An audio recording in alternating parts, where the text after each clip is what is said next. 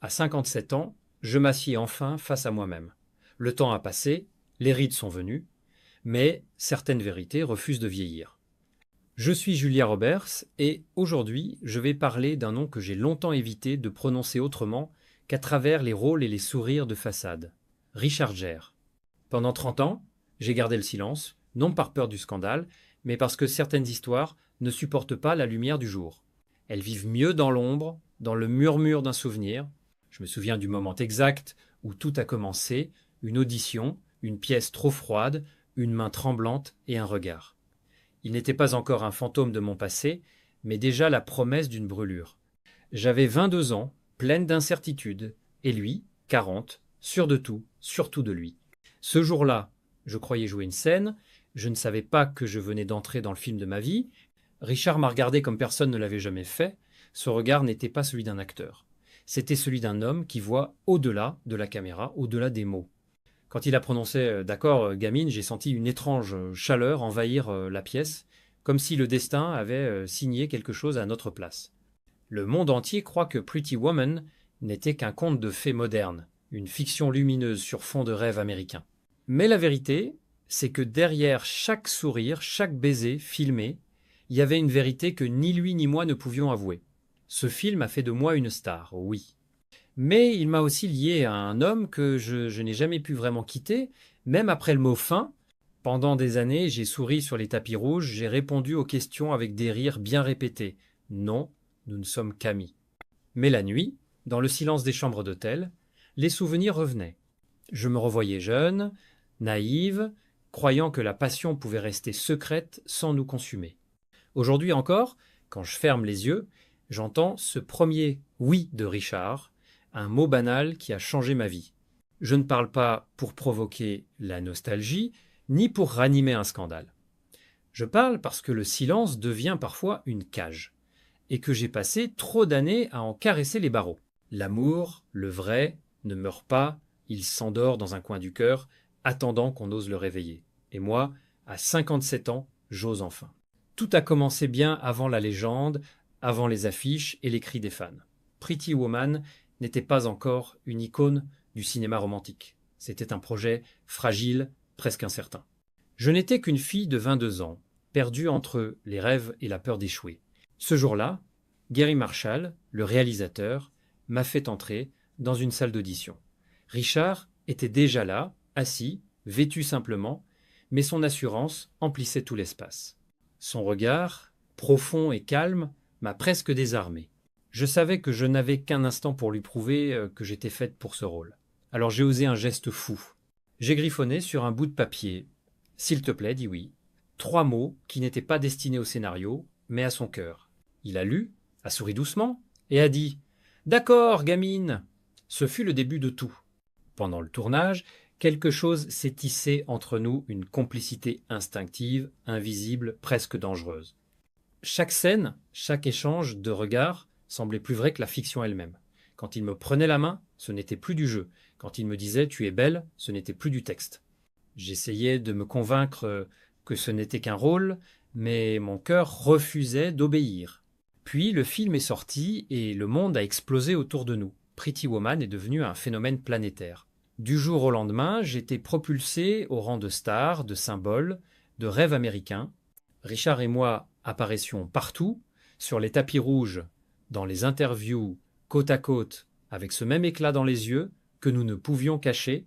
Les journalistes demandaient « Êtes-vous ensemble ?» Nous rions, feignant l'innocence. Mais sous le vernis des projecteurs, une vérité brûlait. Derrière chaque sourire pour les caméras, il y avait une attente silencieuse, celle d'un moment volé, d'un regard échangé quand personne ne regardait.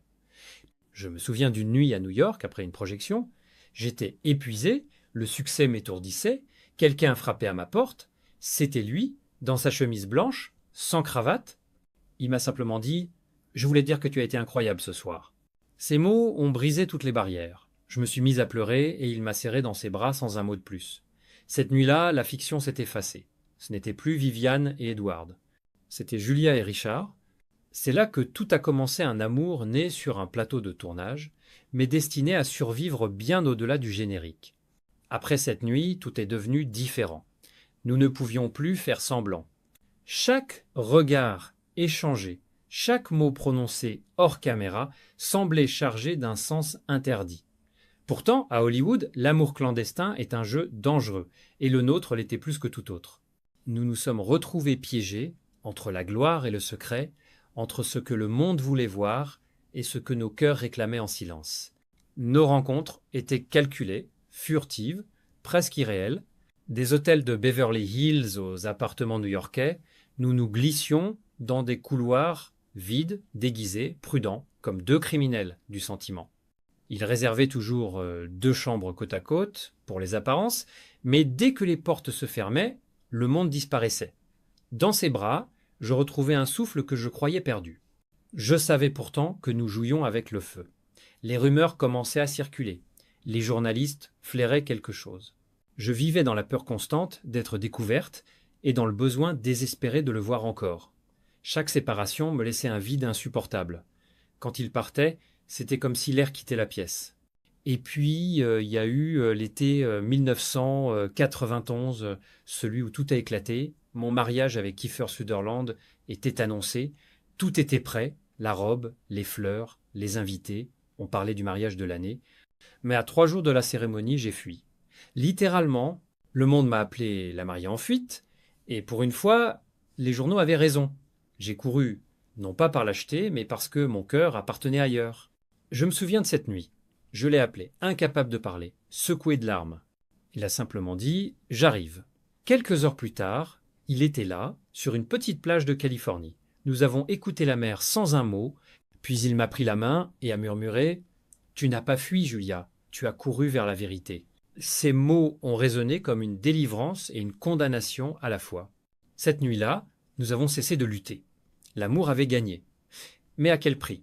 Les jours suivants, je ne pouvais plus faire semblant. Le monde entier me regardait avec des yeux accusateurs. Et lui, fidèle à lui-même, gardait le silence. Ce silence, qui m'apaisait autrefois, me blessait désormais. Nous vivions un amour qui ne devait pas exister, un amour que nous devions cacher, protéger, presque étouffer pour le préserver. C'était une passion à la fois sublime et toxique. Un amour de l'ombre, oui, mais un amour plus réel que tout ce que la lumière aurait pu montrer. Les années qui suivirent furent un tourbillon d'émotions, de secrets et de blessures. Hollywood nous observait, avide de scandales. Moi, je souriais devant les caméras, mais à l'intérieur, tout s'effondrait. Richard et moi ne pouvions plus vivre notre amour à découvert. Alors nous l'avons enterré sous les apparences des mariages, des rôles, des excuses, mais le cœur, lui, refusait d'obéir aux règles de la raison. En décembre 1991, tout a basculé. Richard épousait Cindy Crawford. Le monde célébrait le mariage parfait, la beauté, la gloire, la jeunesse. Et moi, j'étais seul dans une chambre d'hôtel, un magazine sur les genoux, fixant leur sourire imprimé. Ce soir-là, j'ai appelé Richard. Sa voix était calme, presque tendre. « Tu sais, Julia, tout cela n'a pas d'importance. » Mais ce silence après ces mots, ce vide, fut plus cruel que n'importe quelle trahison. Alors j'ai voulu l'oublier. En 1993, j'ai épousé Lyle Lovett. Un mariage précipité, insensé, un refuge déguisé en promesse.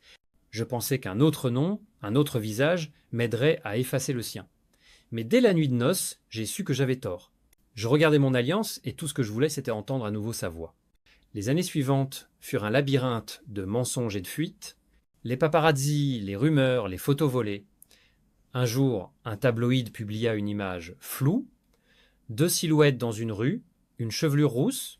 Le titre criait « La rencontre secrète de Julia Roberts et Richard Gere ». Gêné, bien sûr, lui aussi. Mais nous savions, au fond, que cette photo capturait plus que 2 ombres. Elle capturait une vérité interdite. Cette nuit-là, nous nous sommes disputés comme jamais. « Ils savent tout », ai-je crié. Il a gardé son éternel calme. « Reste tranquille, Julia. » Et moi, je n'en pouvais plus de ce calme, de cette distance qu'il mettait entre lui et le chaos de ma vie. Tu étais tranquille quand je me suis enfui, tranquille quand on m'a humilié, tranquille encore maintenant. Lui, immobile, m'a regardé avec des yeux pleins de tendresse. Parce que si je bouge, tout s'écroule. Je n'ai rien répondu. Je l'ai aimé davantage à cet instant et c'était peu être la plus grande tragédie. J'étais devenue la femme qui brise les mariages, la star à scandale. Lui restait le gentleman silencieux, inatteignable. Pourtant, malgré tout, malgré la honte et la solitude, je continuais à l'aimer. J'aurais voulu le haïr. Ce serait plus simple. Mais le cœur, ce traître silencieux, continuait à battre pour lui-même quand le monde entier me tournait le dos. Des années passèrent, chacun suivait son chemin, portant les cicatrices du passé comme des bijoux invisibles. Je croyais que tout était fini entre nous, que la vie avait décidé pour nous deux. Puis, un jour, le destin frappa à nouveau, déguisé sous la forme d'un scénario. Gary Marshall, le même réalisateur qui nous avait unis pour Pretty Woman, revint me voir avec un sourire malicieux. « Julia, et si vous refaisiez un film avec Richard ?» Le titre ? « Runaway Bride ». J'ai éclaté de rire, nerveusement. Le hasard a parfois un sens de l'humour cruel. Quand j'ai revu Richard pour la première fois après tant d'années, mon cœur s'est serré comme si aucun temps n'avait passé. Ses cheveux avaient grisonné, son regard, lui, n'avait pas changé. Il portait encore cette sérénité troublante, ce calme qui me désarmait toujours. Et moi, malgré toute ma maturité, malgré mes blessures, je me suis senti redevenir cette jeune fille de 22 ans, tremblante d'émotion. Le tournage commença dans le Maryland, au début de 1999. Dès le premier jour, la tension était palpable. Nous nous disputions souvent pour des détails, pour des répliques, comme si chaque mot cachait une vérité que nous refusons d'admettre. Mais sous ces querelles, il y avait la même flamme, intacte, indomptable. Je me souviens d'une journée particulière, la scène du mariage. J'étais en robe blanche, lui en costume, comme une répétition du passé. Quand nos yeux se sont croisés, j'ai compris que nous ne jouions plus. Quand nos lèvres se sont touchées, le monde a disparu. Ce n'était plus du cinéma, c'était une confession. Et quand il a murmuré, presque imperceptiblement, « Tu me manques », j'ai senti mes genoux faiblir. Les gens sur le plateau croyaient filmer une comédie romantique.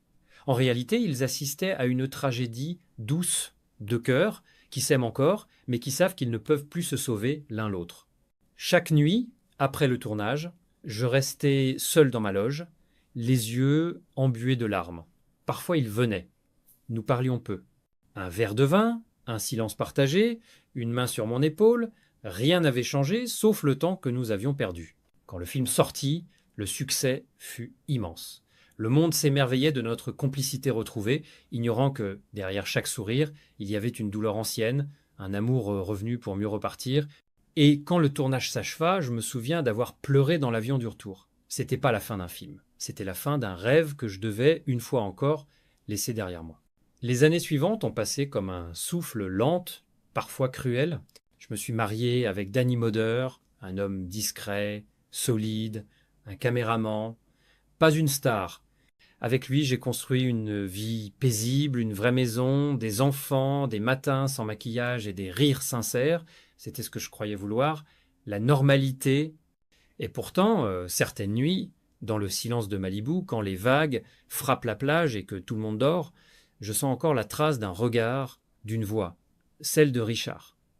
Je l'ai vu des années plus tard, les cheveux d'argent, le pas plus lent, le sourire plus doux, il a trouvé la paix, il s'est marié, il a eu des enfants. Et moi, j'ai continué à jouer, à sourire, à répondre à toutes les questions, sauf une. Avez-vous encore des regrets ? Je ne réponds jamais. Mais la vérité, c'est que oui. Pas un regret amer, non. Un regret tendre, comme une cicatrice qu'on effleure sans vouloir la guérir. Ma vie est pleine de succès, famille, amour, fortune. J'ai gagné un Oscar, j'ai élevé 3 enfants merveilleux, j'ai survécu à Hollywood et à ses miroirs brisés. Mais parfois, la nuit, la lumière de la lune entre par la fenêtre et me ramène à ce premier jour, à ce « d'accord gamine » murmuré entre deux souffles. On dit que le temps efface tout. Je ne crois pas. Le temps enseigne simplement à vivre avec ce qui ne s'efface pas. Mon amour pour Richard ne fut ni parfait, ni raisonnable, mais il fut vrai. Et peut être que c'est cela, le plus grand secret des histoires d'amour, elles ne meurent pas.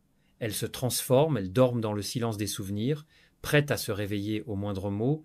Parfois, je me demande si un amour doit vraiment être vu pour exister. L'amour qui vit dans l'ombre, celui qu'on cache aux autres, peut-il être plus pur que celui qu'on exhibe au grand jour ? Je n'ai pas la réponse. Mais je sais qu'au fond de moi, il y a encore une flamme tranquille, un vestige de nous. Je n'ai jamais cherché le pardon. Je voulais seulement que la vérité respire un peu, même discrètement. Richard a choisi la paix. Moi, j'ai choisi la vie. Mais entre la paix et la vie, il reste ce souvenir incandescent, ce murmure fragile. Tu me manques. Et peut être qu'au fond, c'est tout ce qui reste à dire. Julia Roberts, à 57 ans, brise enfin le silence sur son amour caché avec Richard Gere. Né sur le tournage de Pretty Woman, leur lien a traversé les décennies, entre passion secrète, mariage brisé et retrouvailles silencieuses. Derrière les rires et les projecteurs, subsiste un amour interdit, jamais éteint. Aujourd'hui, Julia vit entourée de sa famille, mais hantée par ce souvenir qui brûle encore doucement dans l'ombre. Elle se demande si un amour qui reste caché peut être moins vrai ou peut être plus éternel encore. Car certaines flammes, même invisibles, ne s'éteignent jamais.